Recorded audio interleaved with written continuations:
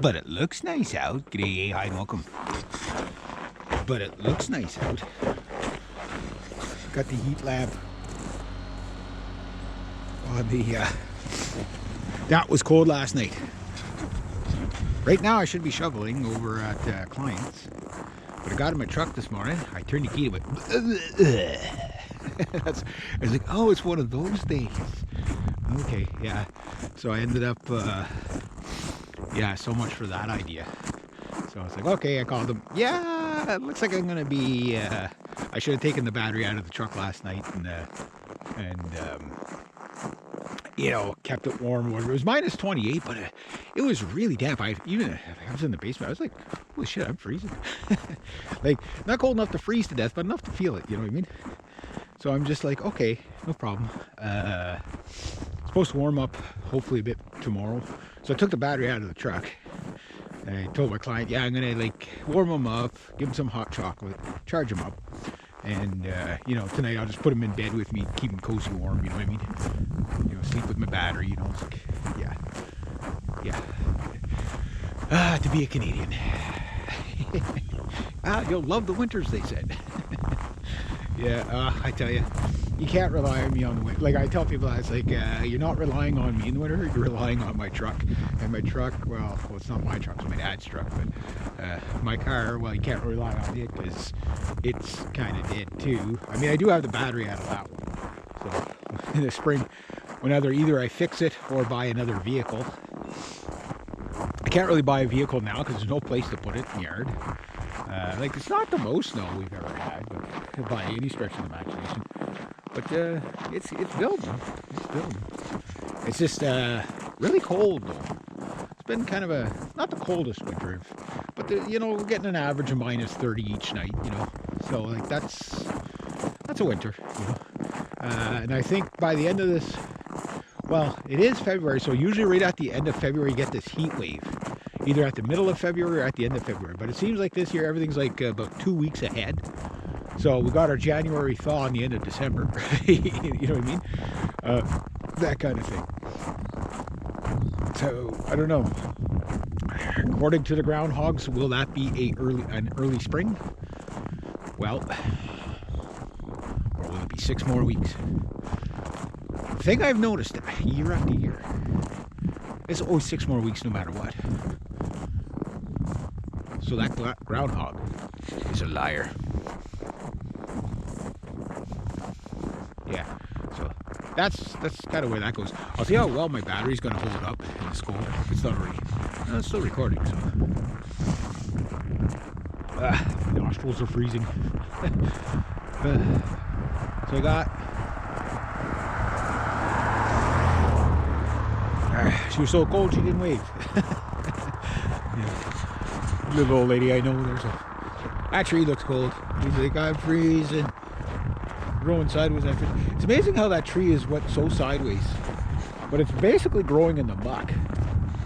Right? It's still like the tree's still alive. Like it's completely green in the summer, but that tree from when I was a kid to now, that's like Manitoba maples, but it's almost like a land bridge. I should get up there with the chainsaw, just cut like a little bridge across, so you can walk across it. It would be kind of cool. What I'm worried about is it's going to fall in the creek and flood everything. The creek can come up to the road in rare instances. His property gets on the backside gets flooded out like crazy. It's always been up there, like the creek goes in there. That creek goes all over the place. You might not believe it, but that little creek in there, right? If you were to canoe that, you could take that all the way to the St. Lawrence Seaway and out to the Atlantic Ocean. It would take you like probably, you know, like a year to paddle that far. And the Kazabajo River runs into the Gatineau River. The Gatineau River runs into the Ottawa River. The Ottawa River runs into the St. Lawrence. The St. Lawrence runs into the Seaway. The Seaway goes out to the Atlantic Ocean. Now, if you go north, you go to the Ottawa. When you get to the Ottawa River, okay, you wouldn't be able to paddle up the Ottawa River. The current's too I've paddled the Ottawa River many years. The current's too fast, right? But there's some nice sailing on the Ottawa River. But when you get up past Lac des Chênes, between Hull, Quebec on the Quebec side and Nepean on the Ontario side, which is part of Nepean's like the far side. It's like a mini city that Ottawa grew into, which is in between. Nepean's in between. Technically, it's Ottawa Carleton, but it's Nepean.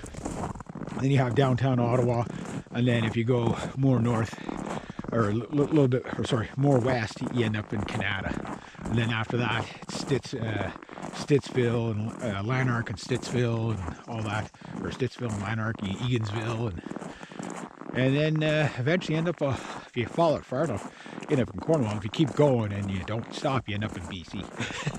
But that'll be about 5-6 days later. Yeah. So, yeah. But when you get into the Upper Ottawa River, it's some of the best whitewater rafting in the world. Like, it's in the top 10 of the best rapids in the world. It's such a stretch. And then if you follow the Ottawa River even further, you get to the French River, and then you follow the French River either right up to the bottom of Hudson's Bay, or there's one more river, I think the White River, and then it goes up to Hudson's Bay, or maybe it's both, can't remember. I don't know, I've never canoed that far. It would be cool though. It would be cool. Yeah, so seems like a nice day. I mean, everything's good and frozen though.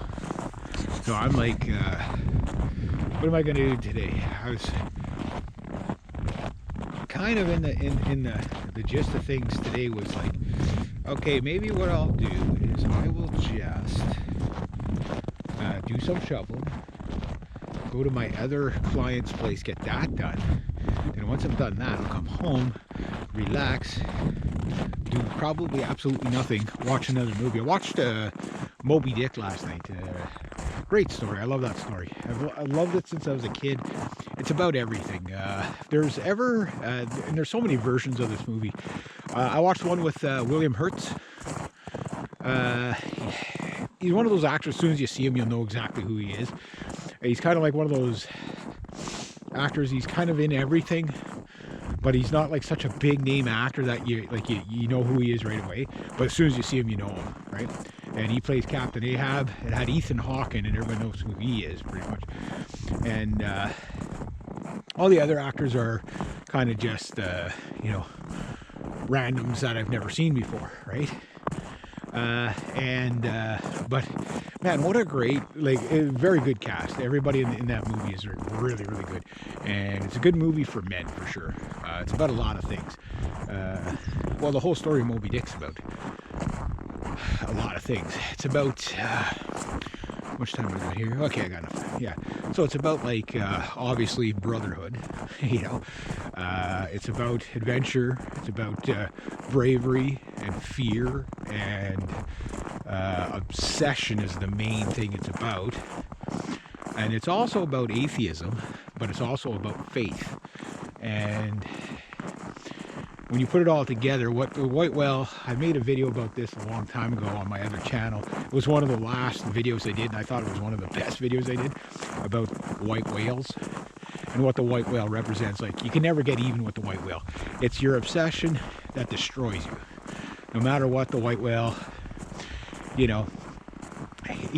basically comes and destroys your hubris. That's what he does.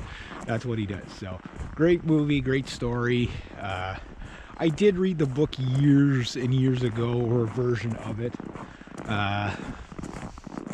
Do recommend for sure. Alright, so anyway, I'm almost at the store. So I'm gonna go get my provisions for the day, go back, tend to my poor frozen battery again. What are we, the 5th of February?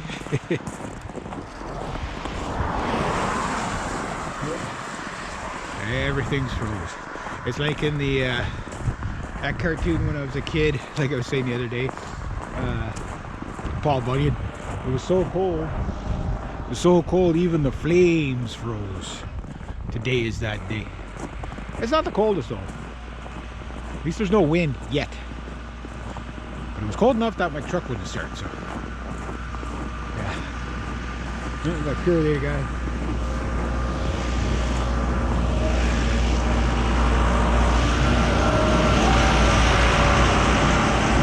He's got the snowblower, he's going to the rink. Anyway, I'm gonna go get my provisions.